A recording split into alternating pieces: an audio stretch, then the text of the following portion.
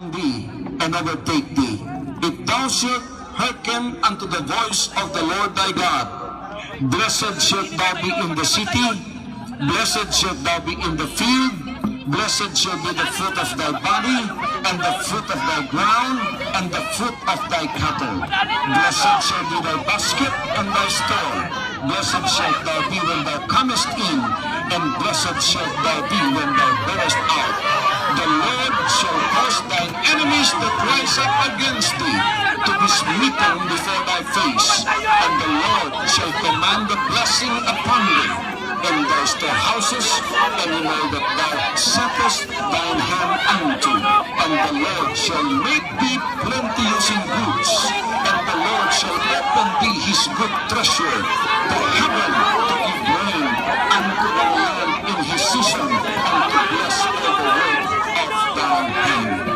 Itong unang bahagi nito ng mga sinabi ng Panginoon ay para sa lahat ng kanyang mga anak. Hindi lang espiritual ang kanyang pangako dito, kundi lahat ng material at physical na ating pangangailangan. Mga kapatid, ang lahat ng Padaan ninyo, ambulansya yan! Ibinigay ng Diyos dito para sa mga kasalanan. Sino gumawa ng ginto? Ambulansya yan! Pumasok kayo sa loob ng ambulansya, mga tanga! Alam niyo, ginawa ng Panginoon yan hindi upang ang magpamasa ay yung nawalan ng Diyos. Papasukin nyo! Sumabay kayo sa ambulansya! Sa iyo, na anak mo. Ginawa niya yung katawan, and the design of that body is for that body to be healed. Sir, pasyente na, sir. Kung hindi niyo pasundot, tuhaon na lang namo ang tao, sir. Alsahon na lang namo, sir.